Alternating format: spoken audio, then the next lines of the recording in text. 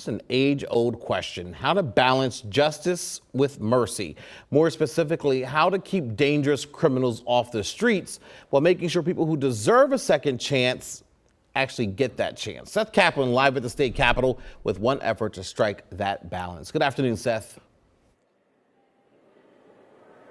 Good afternoon to you, James. Yeah, press conference just wrapped up here a few minutes ago. Pennsylvania Supreme Court ruled last month that life without parole for certain people convicted of second-degree murder amounts to excessive punishment. Now, PA Attorney General Dave Sunday and two state senators who co-sponsored legislation said today they worry about the opposite: lenient punishments setting dangerous criminals free. So those Republican state senators introduced Senate Bill 1400, which would establish a sentencing range of 35 years to life in prison with the possibility of parole for people convicted of second-degree murder.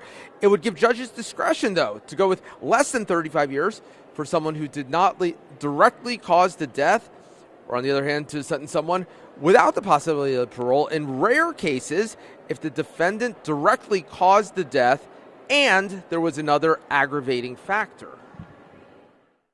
There are times where I will tell you where a life sentence is absolutely the just outcome.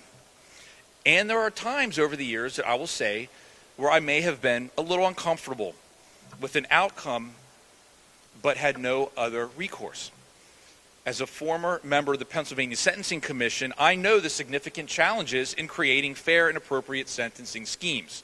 I believe that SB 1400 strikes that balance.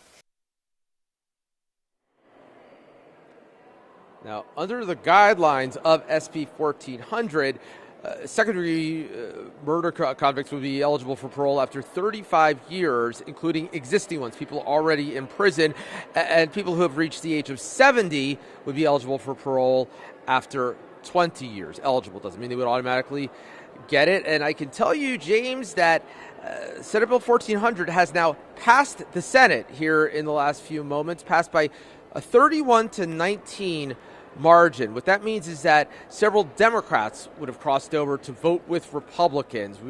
Those Senate Democrat names weren't immediately available, so we'll be taking a look at that, analyzing who crossed over. As you can imagine, all kinds of political implications to this in a year like this one, when half the state senators and all state Republicans, or all state representatives, I should say, will be up for re-election this November. Now, the state Supreme Court had given them 120 days to come up with something. And if you think about that, James, that's two key controversies, along with the skill games. The General Assembly had 120 days, and is in the middle of those 120 days to come up with some kind of legislative solution to something where the state Supreme Court said, what's existing right now isn't exactly the right thing. Go back and come up with a law within certain parameters. And Seth, I think a key word in that Supreme Court ruling when it came down was the mandatory sentencing of life without parole in these second-degree murder cases. So does what happens there at the Capitol behind you there, these lawmakers are just trying to come up with some other options, correct?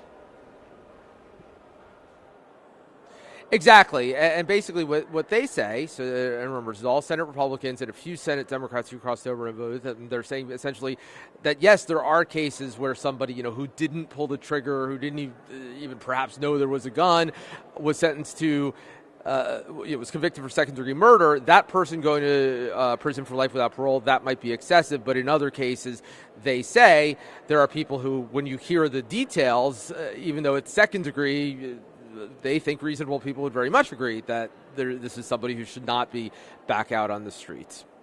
All right, we will see what happens when that bill makes it over to the House. Seth Kaplan live there at the state capitol. Thank you so much for that report this afternoon. Hi, I'm Eric Finkenbinder from ABC 27. We're excited to announce the new ABC 27 News Plus app. Live stream newscasts or watch content on demand. This is different than the ABC 27 app on your smartphone. You can check this out at home, and it's very easy to use. With a Fire Stick, go to the homepage, scroll down to search. From there, enter ABC 27. Move over to the apps, and there we are. Click the icon and install. It's just that easy.